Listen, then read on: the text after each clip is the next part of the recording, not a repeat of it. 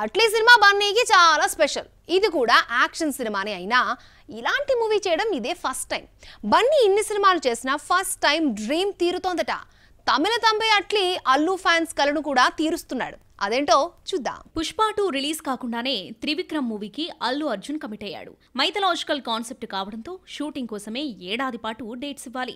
ఇప్పటికే పుష్పతో 5 ఏళ్లు గడిపేసిన బన్నీ మళ్ళీ గ్యాప్ రాకుండా ఏడాదికో మూవీతో రావాలని డిసైడ్ అయ్యాడు. ఈలోగా అట్లీ వినిపించిన కథ నచ్చడంతో ఓకే చేశాడు.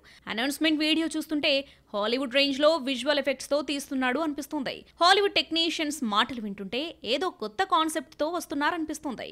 బన్నీ అట్లీ మూవీని సన్ పిక్చర్స్ నిర్మిస్తుంది. పుష్ప 2 కోసం హీరో 300 కోట్లు తీసుకున్నాడని ఫోర్బ్స్ ప్రకటించగా, జవాన్ పాన్ ఇండియా హిట్ తర్వాత అట్లీ 100 కోట్లు డిమాండ్ చేస్తున్నాడు.